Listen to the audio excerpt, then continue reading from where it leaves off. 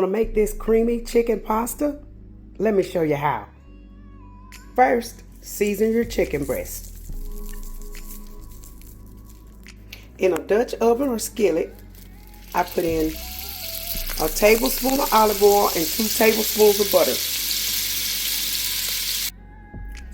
Place your chicken breast.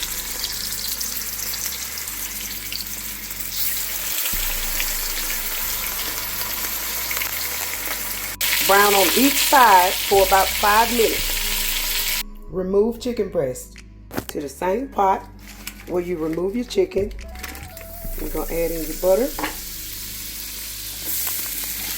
Add in your vegetables. Once your vegetables have sauteed, add in your flour. Give it a good mix.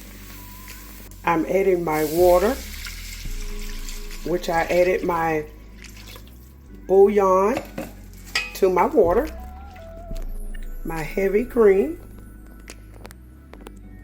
Add in your chopped chicken. Add in your noodles.